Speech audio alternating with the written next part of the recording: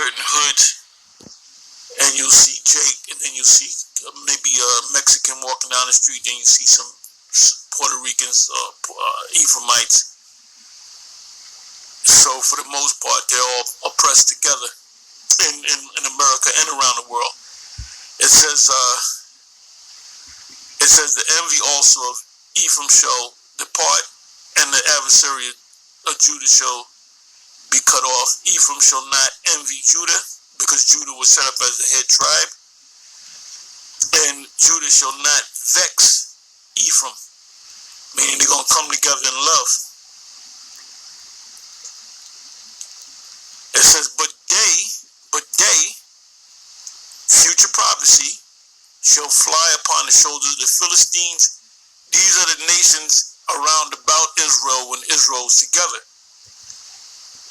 Toward the west, and they shall spoil them of the east together. They shall lay their hand upon Edom and Moab, and the children of Ammon shall obey them. Obey them, meaning they're going to be slaves. We're going to tell them what to do, and they're going to do it.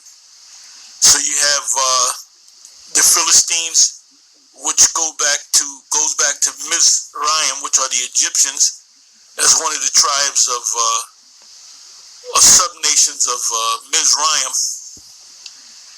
And then you have Edom to the south of us. You have Moab and Ammon, which is to the north of the south of us, and the north of Edom, or Mount Seir, or Petra.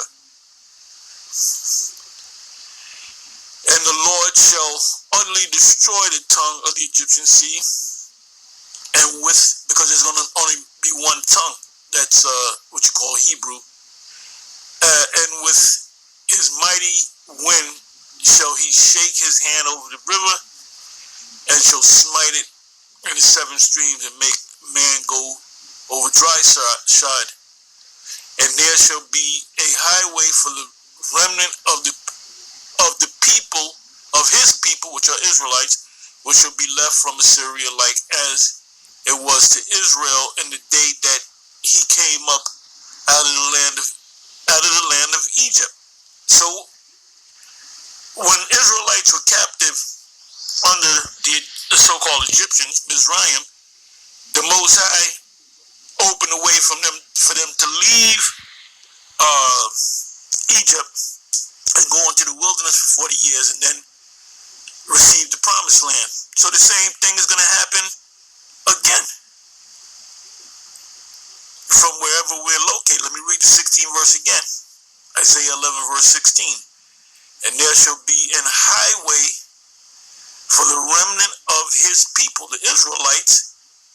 This has yet to happen, which shall be left from Assyria, like as it was to Israel in the day that he came up out of the land of Egypt.